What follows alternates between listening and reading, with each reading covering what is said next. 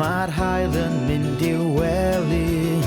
Mae'n amser I ni gael stori fach cyn cysgu. Dewch nawr I DQ I glywed stori fach am un o'r criw. Stori am llew yn colli ei pyjamas, neu jungle a bolgi yn mynd am dro i'r syrcas.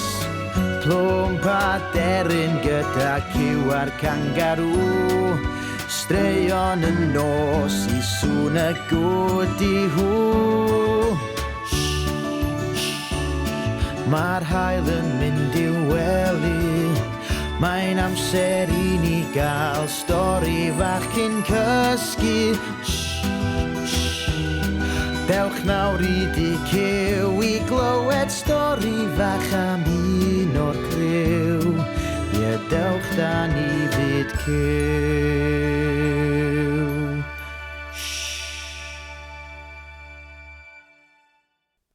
Helo bawb!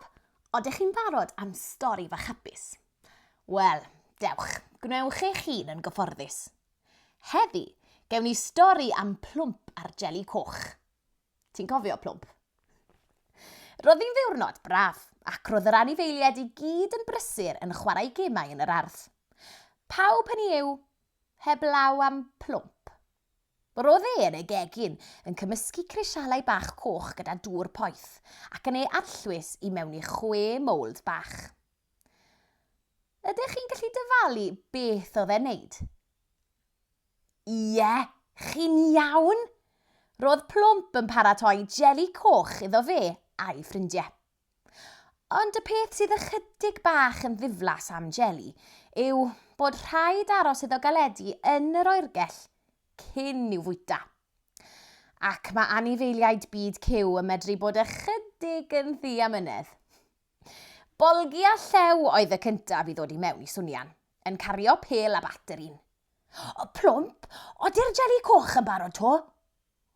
Nac ydi wir, dim ond newydd ei roi yn yr oergell yn dwi, atebodd Plwmp. Ewch nôl mas i'r ardd I chwarae tennis. A mas ar ddau gyda'i pen yn ei plu. Dechreuodd Plwmp lanhau'r gegin, ond ymhen hir a hwyr, pwy redodd I mewn i'r gegin yn cario frisbee, ond deryn a cyw. Ni di dod I weld os ydy'r jeli coch blasus yn barod to, meddai cyw'n obeithiol.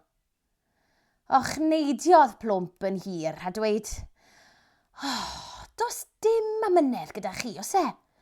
Mi fydd y jeli'n barod, pam mae e'n barod, a dim eiliad cyn hynny.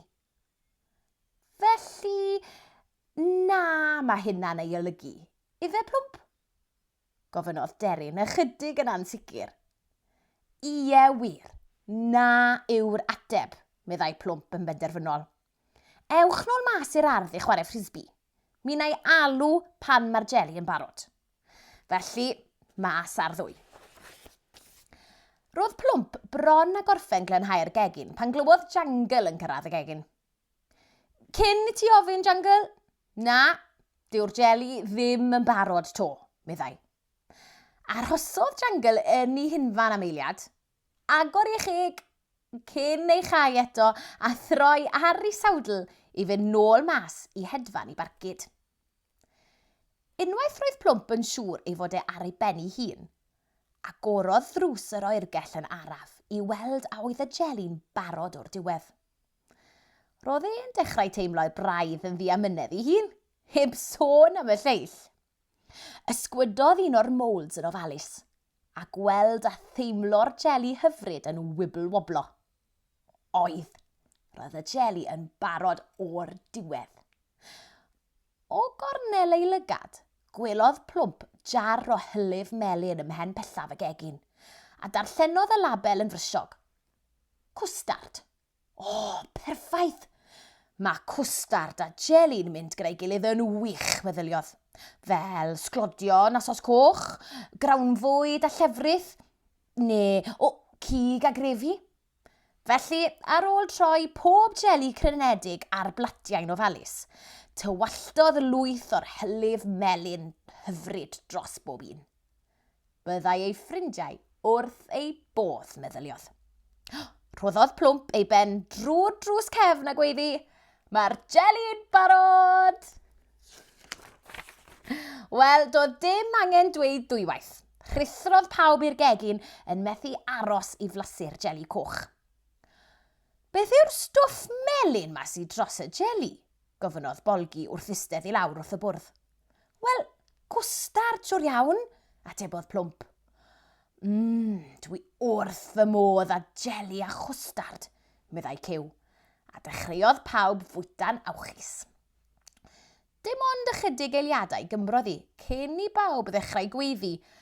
"Mae'n heg i'r dan!" gweiddodd Llew. "Be sy yn y cwstard ma?" gofynodd Jungle. "Mae fe'n sbeislyd ac yn boeth iawn ar fy nhafod i." Roedd Plwmp mewn penbleth. Ath hi nôl y potyn cwstard. Darllenodd y label eto, yn fwy gofalus y tro hwn. Nid cwstard oedd e, ond mwstard! Doedd dim rhyfedd fod tafodau pawb ar dan. Mae blas cryf iawn ar fwstard. A dyw e ddim fel arfer yn cael ei fwyta gyda jeli coch. Ymddiheurodd Plwmp am ei gamgymeriad gwirion, ac ar ôl i bawb gael diod mawr o ddŵr i oeri eu cegau. Roedden nhw i gyd yn medru chwerthin am beth oedd wedi digwydd.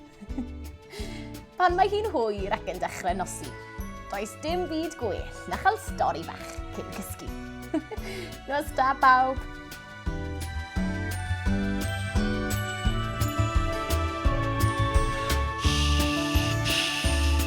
Mae'n amser mynd i gysgu, bydd stori eto rhyw dro wrth iddi nosi. Nos da o fyd Cyw, bydd stori eto rhyw dro gan y criw. Ie, nos da o fyd Cyw.